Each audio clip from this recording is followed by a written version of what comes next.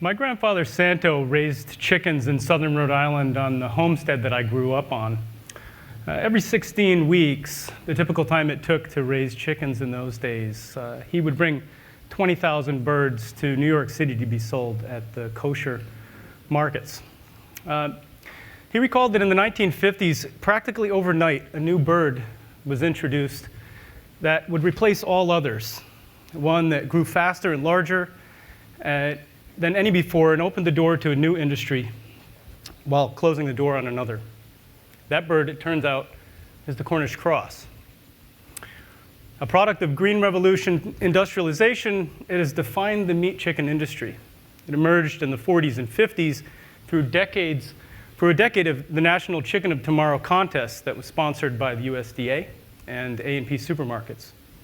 This contest encouraged breeders to develop a highly efficient chicken designed just to be eaten, not to produce eggs. Of course, hens were bred separately for this task. The result of this isolation spurred unprecedented growth, but in the process, the Cornish cross lost its ability to reproduce naturally. The broiler is no longer a dual-purpose animal. Today, this broiler is one of the most ubiquitous foods eaten in the US and globally. Last year, we produced more than 40 billion around the world. On average, every American eats one whole chicken a week. As an artificial construct, the Cornish cross is wildly unsustainable. It's been bred to grow very fast with an insatiable appetite for grain and can be harvested in as little as 39 and a half days. That's to the half day, just shy of 6 weeks, right?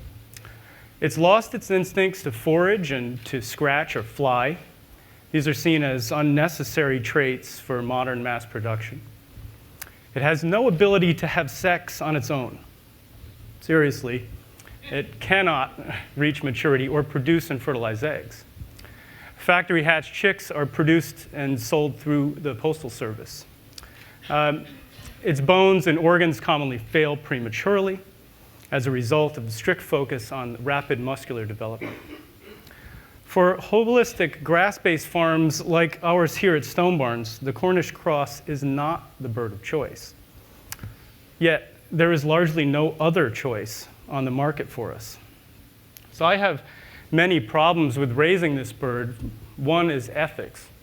I'm repulsed by raising a bird that has been reduced to simply its weight and protein.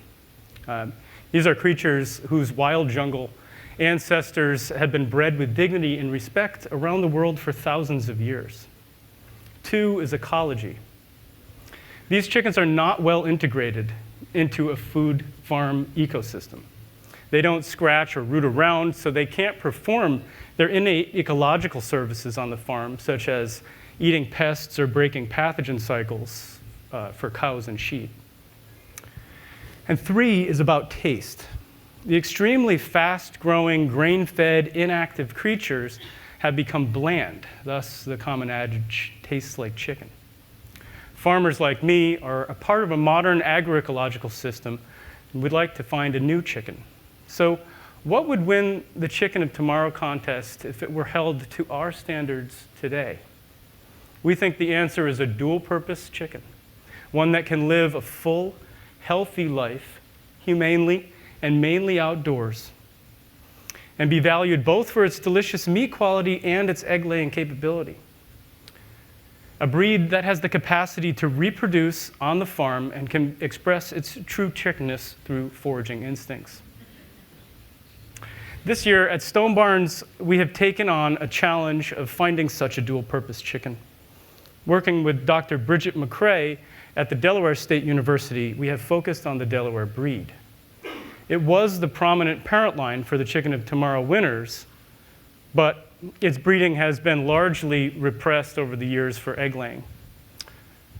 We believe that through selective breeding, we can resurface the Delaware's excellent dual-purpose genetic traits such as flavor, foraging instincts, and also growth rate to meet our needs.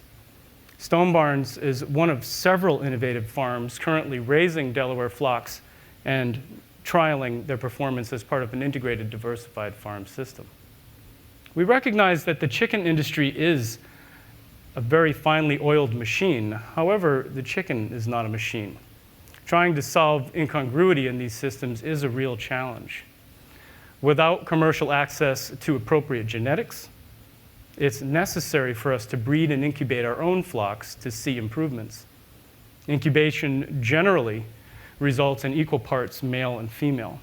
So the male birds are harvested for meat at a more natural 15 weeks, and the female birds produce eggs between 22 and 24 weeks. We isolate selected breed naturally and save the batches of fertilized eggs to hatch. We perpetuate it and improve our flocks and allow us to see changes in variation over time. No more buying chicks to bring to the farm. I think that my grandfather would approve, and I hope that you all appreciate this return to the true taste of chicken as well. Thank you.